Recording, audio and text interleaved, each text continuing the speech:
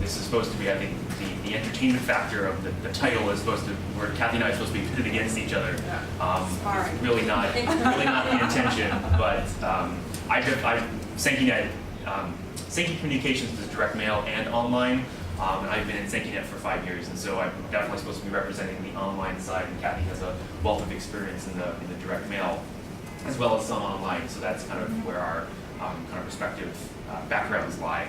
Certainly, as Kathy mentioned, if you have questions, please pipe up. If you have stories you'd like, questions, stories you'd like to share with everybody, that would be great. But really, we're talking about direct mail and online and the integration between them. So we have a few takeaways. So we have a few takeaways of things that we hope that at the end of the session you will have gotten. And one of those is some actual case studies related to examples of how to integrate a program, if it's driving people online or driving people to direct mail from online resources. So we've got some case studies and examples.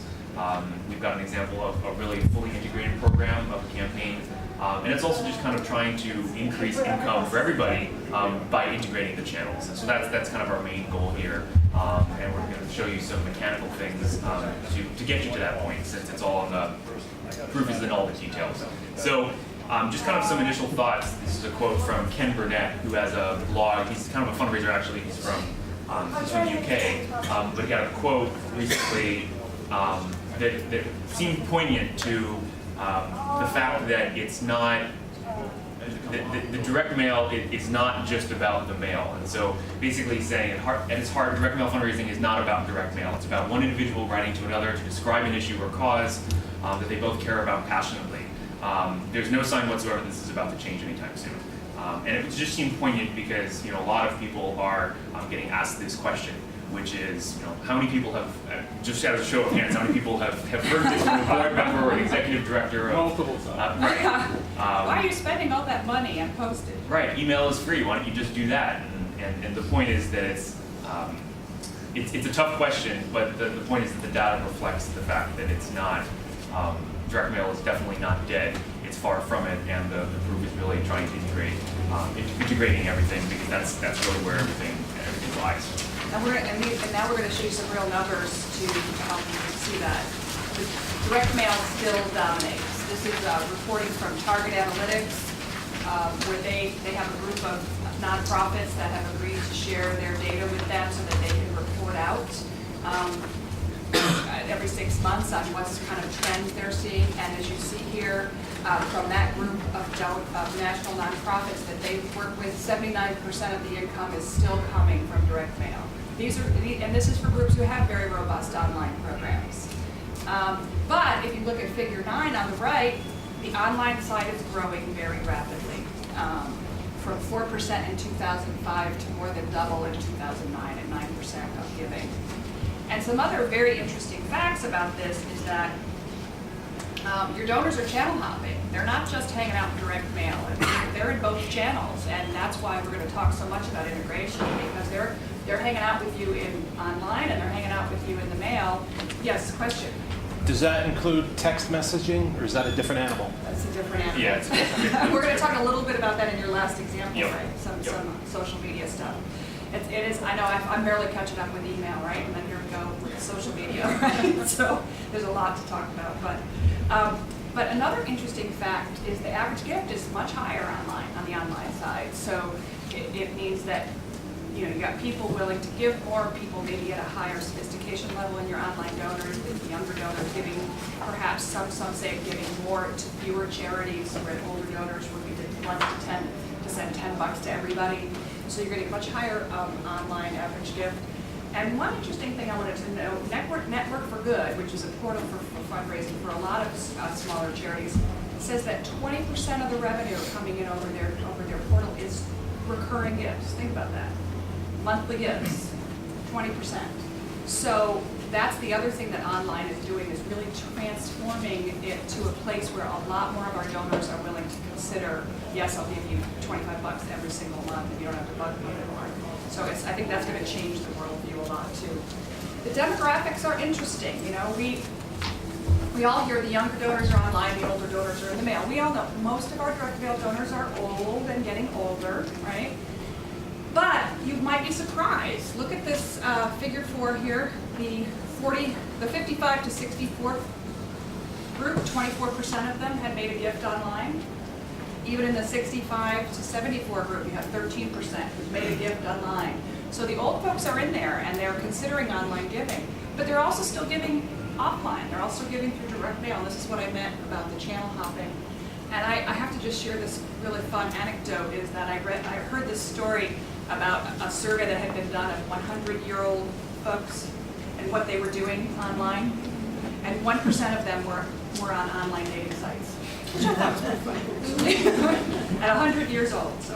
So yeah, we have to know that they're in there, but it really does break down where you're seeing the younger folks, less than 3% making a gift by mail in that that 25 to 34 group. So they don't really want to deal with mail anymore. They're paying their bills online, they're doing everything online. So the world is continuing to change. And the other thing is about the donors by income. It's really pretty universal across all of these categories that people are giving online and offline. It's not that the rich folks are giving more online or the poor folks aren't. Everybody's kind of playing the game with the middle income folks pretty evenly divided there. I don't know if you want to add anything. Yeah, I mean, it sort of reflected in the average gift as we were talking about, between $74 and $40 for average online as opposed to offline. If you're going to take anything from figure 5 up there, it's the fact that, if you're going to take anything from figure 5 up there, it's the fact that there is a little bit more of a skew for direct mail donors on the lower income, whereas online it's a little bit more evened out, and I think that's really reflective of the higher average gift online. So all of this is just to say very quickly that you don't want to give up direct mail and that you want to enhance it with other channels. And so we have some examples and some just kind of key facets that are going to help in that regard. Well, and I think I didn't tell you a little bit about myself in the beginning, but my firm, I have a creative agency, a small creative agency. And what we do is write direct mail copy and online copy and newsletters and annual reports and any kind of fundraising messaging tools for charitable organizations. And one of the things that I'm always saying to our clients is it won't raise money.